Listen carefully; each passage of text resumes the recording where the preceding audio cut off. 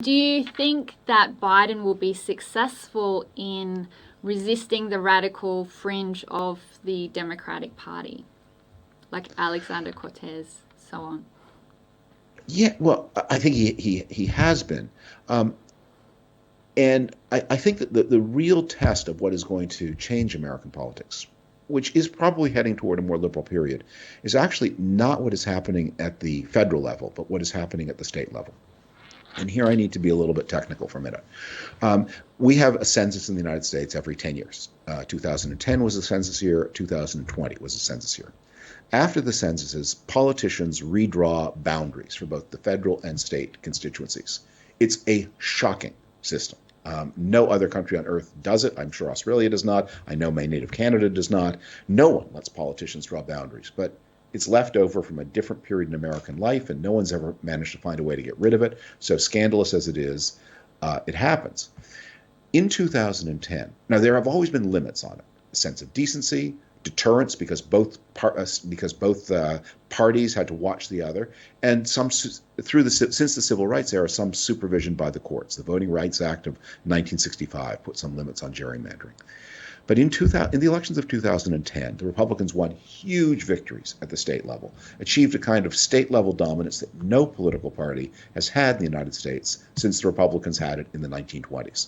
And they then proceeded to rewrite boundaries in a way so startling, so gross, that you have situations where in a state like Wisconsin, the Republicans got 45% of the vote in 2018 and have 2/3 of the seats. Less than half the vote, 2/3 majority in both houses of the Wisconsin state legislature.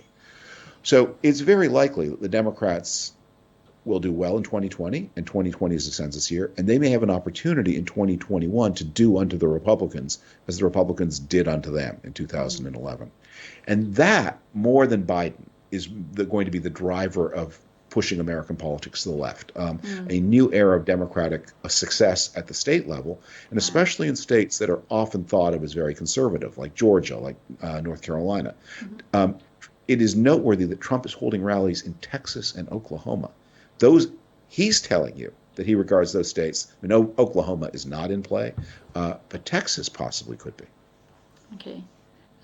But do you think the Democrats will win the Electoral College? Nothing is certain, and American politics can be fluky, as we saw in 2016. But yes, I do. Okay. And which, in terms of the Rust Belt states, do you think they're still in play, or do you think they're hard on Trump at the moment? You know, the Michigan. Trump did well. Trump did well in around the Great Lakes, which was the center of the old industrial belt in the United States, and which have been heavily deindustrialized. That's where Trump scored his amazing and unexpected breakthrough in 2016. Trump often says the polls were wrong about 2016. So I'm having some refreshment brought to me by my loving wife, who says hello to Claire. She's a good friend of Claire's, great admirer of yours, Claire. In 2016, the polls were not wrong. They got the margin of victory approximately right. They predicted that Hillary Clinton would run 2 or 3 points ahead of Donald Trump, and she did. But Trump had his vote distributed in a very efficient way, and he had this breakthrough in the industrial states. But the map may be very different. I mean, of those 3 states, Michigan, Wisconsin, and Pennsylvania, that were so important, Michigan is serious trouble for him. Okay. I wasn't aware of that. I'm sorry. He's in serious trouble in Michigan, and I think the map this time will look a little bit different, and states like Georgia and North Carolina will be very important. And 2020 is a remarkable year, not least because we are living through a pandemic and the election will have to be held during the pandemic. But I'm wondering also if 2020 has refuted some of the popular narratives about Donald Trump. We've been hearing for 4 years now that Trump is an authoritarian, he's has fascist tendencies, that type of thing. But if you compare his reaction to the pandemic with that of someone like Viktor Orban of Hungary, it's been completely incompetent and a mess. So what I mean by that is Viktor Orban has used the crisis of the pandemic to expand his powers, whereas Trump has seen the pandemic as an irritation and has basically, at least in the early stages, didn't want to do anything. Now, is that really the behavior of an authoritarian or just an incompetent leader? What do you think about that? Well, that's a profound question, and we may all end up disagreeing about this. But here's the way that I think about it. Different political systems offer different kinds of resources to authoritarian leaders. So in a country like Hungary, where there's one level of government, there's no meaningful local government in Hungary, where the judiciary is weak, where the civil service is easy to politicize, where the country is very homogenous, and where it's easy to rile people against foreigners. There's one path to consolidate power. Those methods would not work very well in the United States. Trump's main political resource has always been culture war, inflammation, turn people against each other. And I mean, he leads a minority movement. What you have to, Viktor Orban, thug and crook though he is quite popular in Hungary and has been successful at the polls, and to this day probably has a majority, or maybe not right this minute, but most of the time since he took power in 2010 has had a majority of Hungarians behind him. Donald Trump has never had a majority of Americans behind him. So he has to find other kinds of resources, and so his resource is inflaming these cultural divides. And what he has done very successfully with the pandemic is turned it into a matter of a culture war. You know, you wouldn't think the question of should I wear a face mask during a pandemic of a respiratory infection spread by airborne droplets. You wouldn't think that was something that people would argue about. Left, right, center, you know, we all breathe.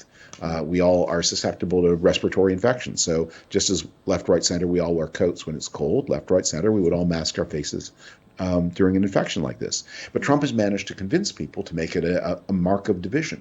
And so in a situation where just the incompetence, as you say, of his response should have damaged his standing, perhaps more than it did, he was able to hold on to his standing by creating all of these cultural conflicts through the pandemic.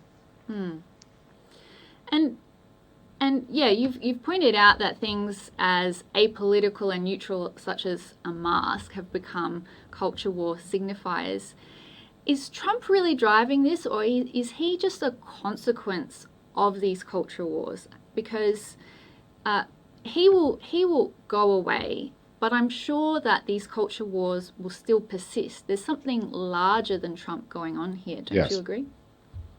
Oh, for sure. He is both cause and beneficiary.